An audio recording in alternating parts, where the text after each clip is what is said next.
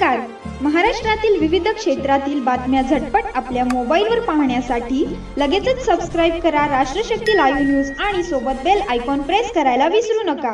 गेल्या मे महिन्यात पडलेल्या मुसळधार पावसानंतर जूनच्या सुरुवातीला थोडी विश्रांती घेतलेल्या पावसाने आता पुन्हा जोर पकडला आहे.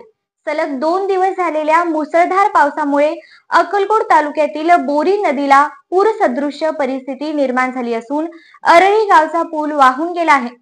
या घटनेमुळे अरळी गावाचा परिसराशी संपर्क पूर्णतः तुटला आहे. मागण्या करून थकलेल्या ग्रामस्थांनी शेवटी आंदोलनाचा मार्ग अवलंबला आहे. अरळी गावाचा पूल गेल्या वर्षी पावसात मोठ्या प्रमाणावर खराब झाला होता. पुलाचे संरक्षक कठडे नष्ट झाले होते, तरीही ग्रामस्थ जीव मुठीत घेऊन त्याच पुलावरून वाहतूक करत होते.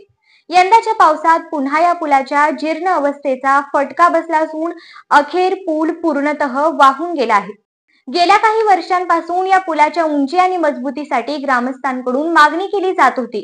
मात्र दुर्लक्ष होत असल्यामुळे ग्रामस्थ आणि सरपंच अजय सकट यांच्या नेतृत्वाखाली गावकऱ्यांनी वाहत्या पाण्यात ठिय्या आंदोलन केलं.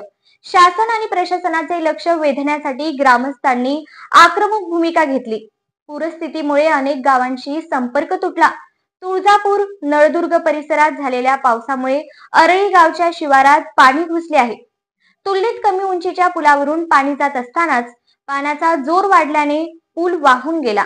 यामुळे तुळजापूर तालुक्यातील नळदुर्ग, इटकळ, केशेगाव, सराटी आणि दक्षिण सोलापूर तालुक्यातील तांदूळवाडी या गावांचा संपर्क अरळी गावाशी तुटला आहे. कुरनूर धरण ओव्हरफ्लो झाले. 450 क्युसेकने विसर्ग सुरू आहे.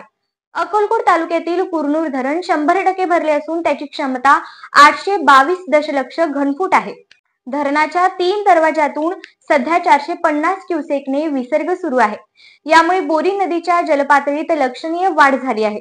सोलापूरच्या जलसंपदा विभागाचे उप अभियंता रोहित मलनूर यांनी धरणाची पाहणी केली आहे. धरण भरल्यामुळे अक्कलकोटसह दुधनी, मैंदर्गे आणि आजूबाजूच्या गावांना पिण्याच्या पाण्याचा पुरवठा सुरळीत होणार आहे. धरणातून सोडण्यात येणाऱ्या पाण्यामुळे 8 कोल्हापूर पद्धतीचे बंधारे भरले गेले असून त्यामुळे परिसरातील विहिरींनाही चांगलाच लाभ झाला आहे. सोलापूर जिल्ह्यात आतापर्यंत सरासरी 21.6 मिमी पावसाची नोंद झाली आहे. यामध्ये दक्षिण सोलापूर, उत्तर सोलापूर, अक्कलकोट, माळशिरस, सांगोला, मोहोळ या तालुक्यांचा समावेश आहे. जिल्हा प्रशासनाने पावसाची नियमित नोंद ठेवण्यास सुरुवात केली असून संभाव्य पूरस्थितीवरही लक्ष ठेवले जात आहे.